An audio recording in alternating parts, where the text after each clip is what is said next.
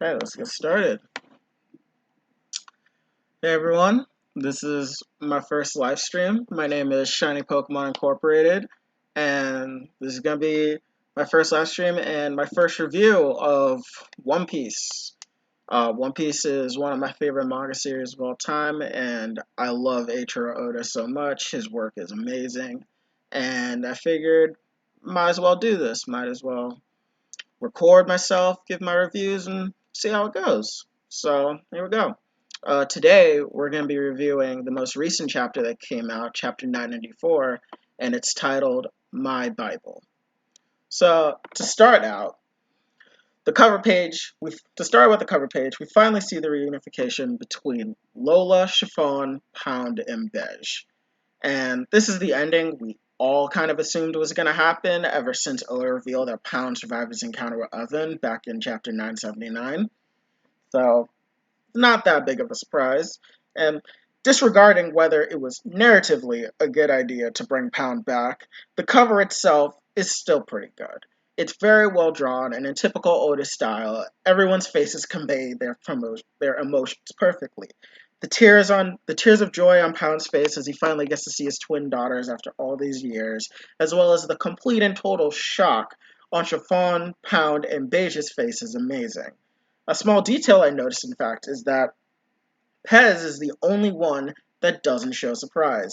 And that's due to the fact that he somehow acknowledged the fact that Pound is his grandfather back during Whole Cake Island when Pound did his epic sacrifice to make sure Chiffon was able to get to Sanji so she could make the wedding cake. So I thought that was just a neat little detail. That being said, the one thing I'm wondering is now that we've come to this natural conclusion, is this the end of the cover story? This cover story's been going on for a while, but there's still some things that are kind of left open ended.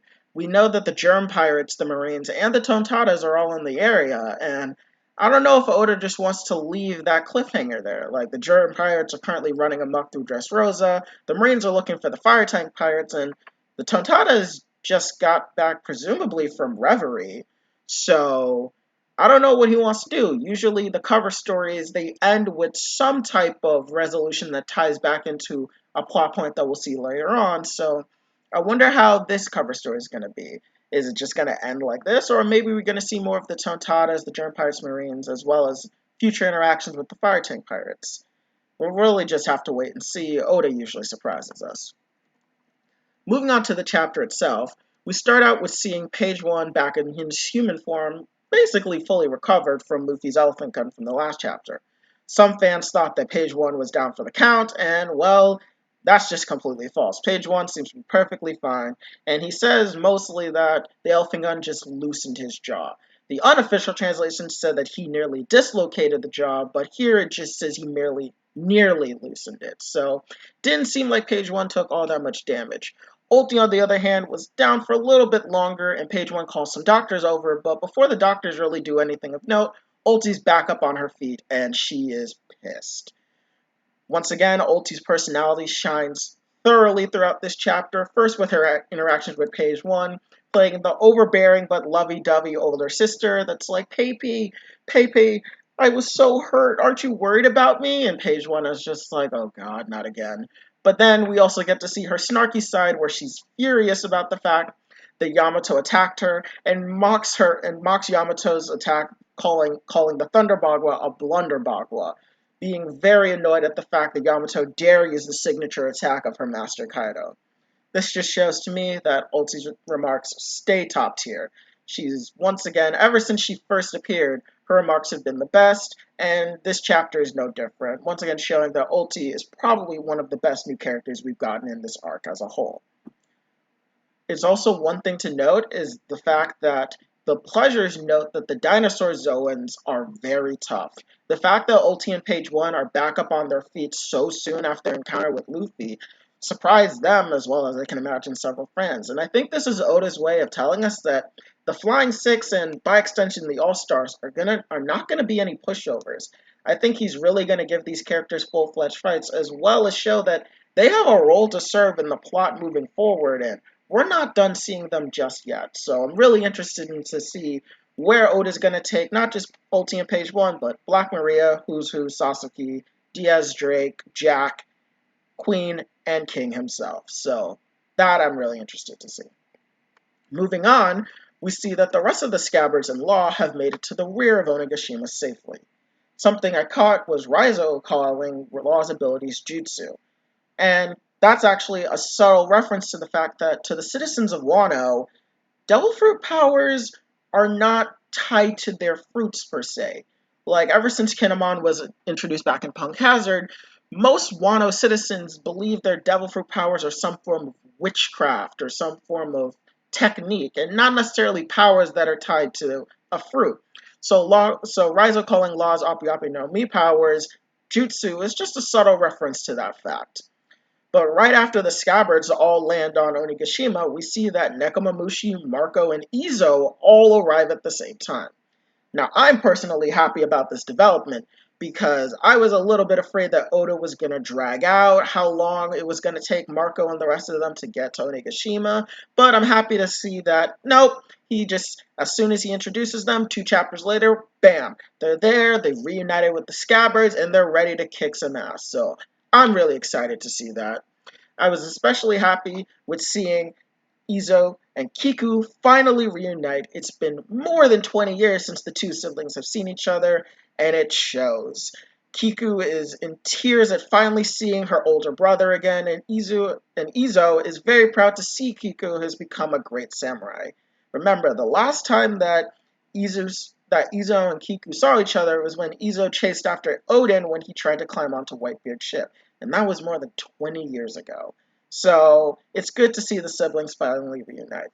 We also see that Nekomamushi is sporting a new robotic arm with a gun, which is something that's very new.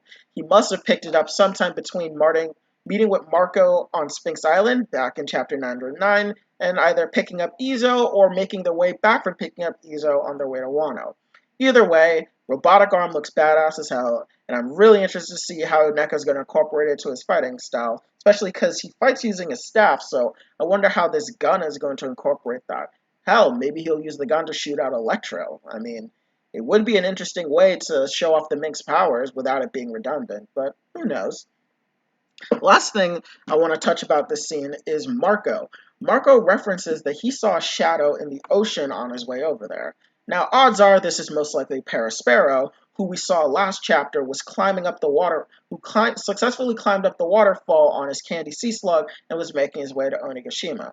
So it makes sense that Marco would be the one to see him from the sky. However, it may not be Parasparrow. Remember, there was the shadowy figure that was stalking Robin and Jinbei previously, and maybe it's that character. We previously assumed that was Yamato, but seeing how Yamato was inside the palace the entire time, it's looking like this character may either be a new character or a character that we've seen before that we just don't know their whereabouts. So who knows what it could be? My bet is on Parasparrow personally, but Oda can throw his curveballs, as you'll see he does throughout this chapter. Moving on to inside the castle, we see that Orochi is giving a speech to the Beast Pirates as well as his own men about how Momonosuke survived the destruction of Oden Castle 20 years ago. He calls Lady Toki a witch, and he infers that her abilities are witchcraft. Once again, this is another reference to how the citizens of Wano don't believe the powers of devil fruits are tied to the fruits, but some type of witchery.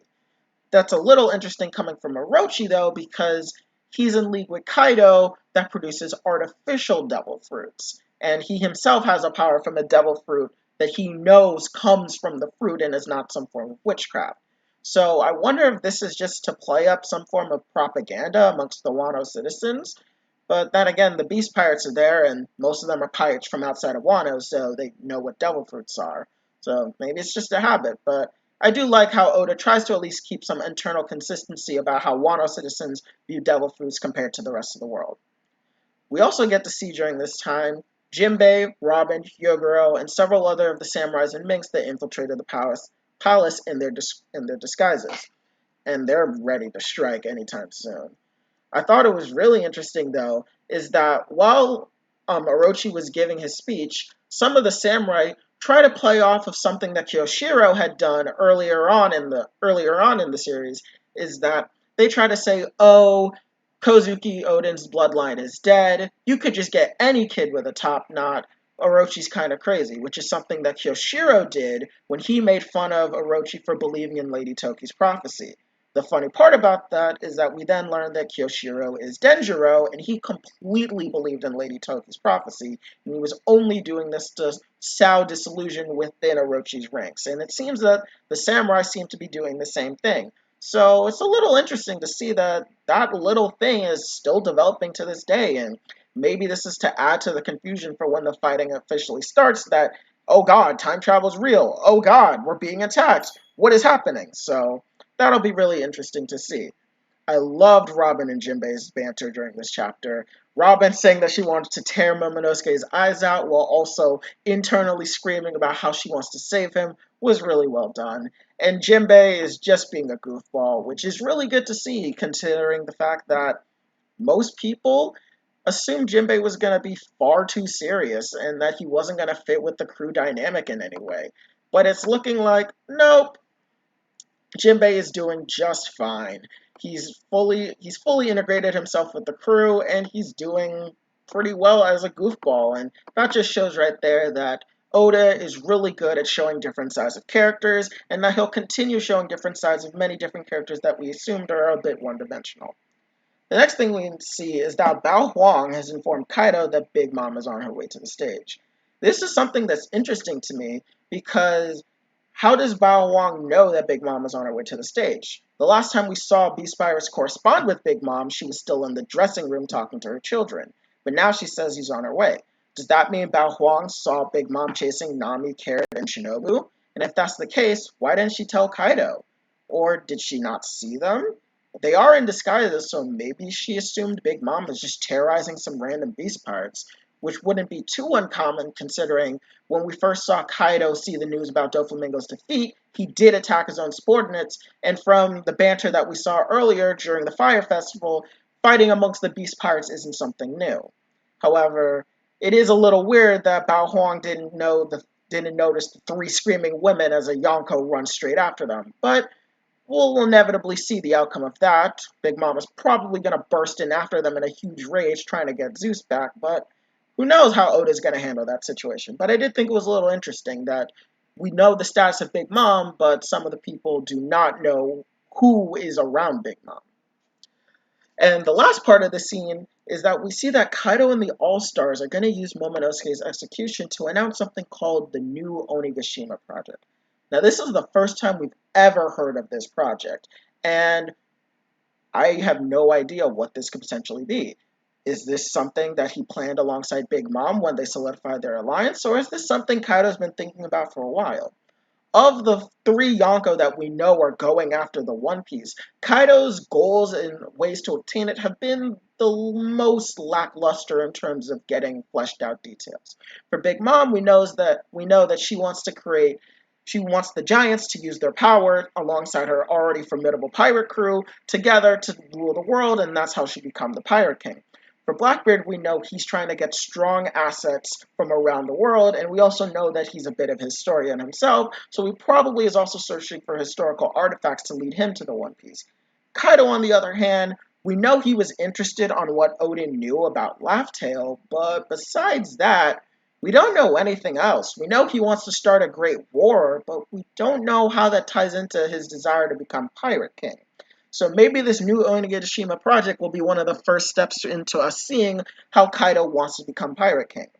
Other than that, I really couldn't think of anything else unless it's some new militarization project, which I don't think would be necessary considering the fact that they're pretty militarized as a pirate crew. So I really am interested in seeing what this project will be, and hopefully Oda can tell us soon.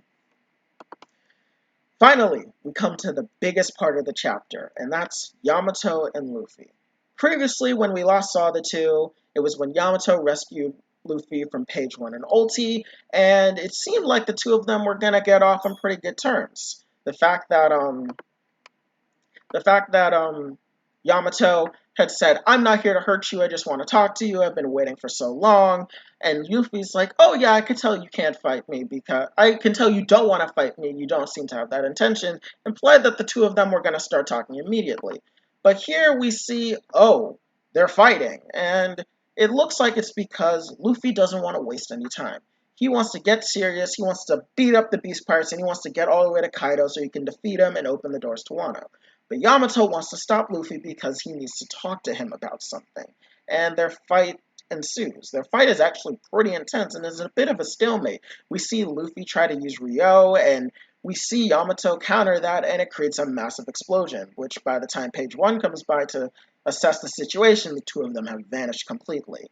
But I don't think page 1 is done with them just yet. While the rest of the Beast Pirates seem to think that they've completely vanished, page 1 stands there silently. And if he's a Haki user like his sister, he probably is sensing them, and he may show up at their hiding place within the coming chapters. However, the next time we see Yamato and Luffy, they're within the attic of the palace, where Yamato says that he was there when Oden was executed during the legendary hour. He says that Oden's time there was so legendary, it inspired him so much to be just like him. So much so that he started dressing up like Oden, and we see that with his design, we see it with his clothing, and we see it with the chains that he keeps on his arms, which are very reminiscent to the ones that Oden had on his arms before he died. Yamato's um, Yamato's entire persona about wanting to be like Oden is so much so that when he expressed this to Kaido, Kaido beat the living hell out of him. So that's really interesting, and it shows that, oh, Yamato is really dedicated to this. So who knows what's going to happen from there?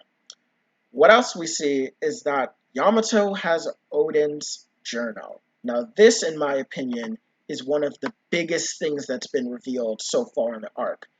Oden had this journal from when he was on the Whitebeard Pirates crew, through his time with the Roger Pirates, and a little bit after from when he returned from his voyages. If Oden wrote down everything he learned throughout his voyages, that could potentially mean that Yamato has knowledge of the entire One Piece world. Yamato may know what the One Piece is, Yamato may know where the Last Road Poneglyph is, what Lodestar is, what happened with the Void Century. So many different things could potentially be in Yamato's mind if that journal has as many details as we think it is. And the fact that Oden potentially is giving Yamato this much narrative power speaks volumes to where this character may be going in the future. I think it's really exciting that we finally may have a character who has this knowledge and is relatively young. The only other characters that we know alive that have this knowledge are Crocus and Rayleigh, because the rest of the Whitebeard pirates are MIA. No, not Whitebeard. Roger pirates are MIA. Whether they're dead or whether they're just somewhere and not relevant is to be seen, but Yamato potentially having this information, in my opinion, is really good. And pretty much sets up that Yamato is going to be a major player from here on out. But don't let that overshadow the fact that another reveal about Yamato happens soon after. And that's the fact that Yamato is actually Kaido's daughter. Yes, Yamato is a woman. And that's a surprise because when we first hear about Yamato, it was when Kaido said, "Where's my idiot son? Where's my idiot son?" And he even tells the Flying Six, "Hey, I want you to go find my son." So it seemed to everyone that Yamato's a boy, but here we find out that Yamato's a woman. And when Luffy questions her about why she refers to herself as a man, she plainly says that Oden was a man, and so to fulfill his dreams, she must become a man herself, which I find really interesting because, on one hand, Yamato is identifying as a man out of respect and admiration for Oden, which Kaido seems to despise, but Kaido does seem to respect his son's wishes to be identified as a man, which brings an interesting dynamic between their relationships, where Kaido obviously is cruel enough to resort to violence, but seems to have a respect for how his daughter, well now son, wants to go about their life. So I think that's really interesting, and I hope we get a little bit more of a dynamic between father and son, really. Meanwhile, the last big revelation we get is that Yamato also knows who Ace was. Previously in the chapter, when Yamato was fighting Luffy, Yamato remarks that the intensity of their fight reminds him of his fight with a certain someone. If If the reference to Ace is the reference to that certain someone, that would mean that Yamato fought Ace, which means that Ace's voyage to Wano 4 years ago is that much more important than we thought. Previously, we thought he only showed up there and he learned how to create a straw hat for Little Oars Jr. and he met Tama and said he'd come back and then recruit her to his crew. But maybe something more happened there. It seems that he fought Yamato more than one time at Wano, and who knows, maybe this will tie into why Whitebeard never showed up to Wano, despite Kaido having full control and Odin being dead. Maybe Yamato masquerading as Odin is the reason why Ace assumed all things were good, and maybe that's what he told Whitebeard when he told him about his visit to Wano. I think it's very interesting, one, that we're actually getting more references to Ace in Wano, because he's been dead. Ace at this point has been dead for 2 years, and his Marimar no Mi has been taken up by Sabo. It seemed that his story had been all but told, but here we are learning that no, Ace may still have key parts of the story that we don't know about. So I'm really interested to see where Oda's going to take us with this. Overall, I thought this chapter was really good. It was incredibly solid. It was well paced. There was great art. There was great dialogue, and there was amazing world building. The fight choreography is once again extremely well done. Last chapter, when we saw Luffy fight Ulti in page 1, the choreography was incredible, and it looks like Oda's keeping up the quality with his fight with Yamato, and it looked amazing. Overall, in my opinion, the fights in Wano have been extremely well choreographed. So I hope to see this quality continue, especially as we move into the bigger fights with the All Stars, the Flying Six, the Oniwabanshu, and the Mimiwarigumi. So I really hope to see that all these fights are given the same level of quality and care that these past couple chapters have shown Oda is able to give to these fights. Overall, I'd give this chapter a solid 8 out of 10. And yeah, that's going to be my review. If you like what you saw, please follow the Twitch stream and subscribe. I'm going to post this video on YouTube, and so if you catch this on YouTube, please like, so comment, and subscribe. I'd love to hear you guys' feedback about what you like, what you didn't like, and stay tuned. I'm going to review One Piece in 2 weeks when Chapter 895 comes out, but I also won't just be reviewing One Piece. I will also be reviewing other things. I'll be reviewing My Hero Academia, Black Clover, Kingdom, Pokemon Adventures, and other different series across anime and manga. And I may also be doing gaming discussions, so look out for that. Well, this is Shiny Pokemon Incorporated signing out.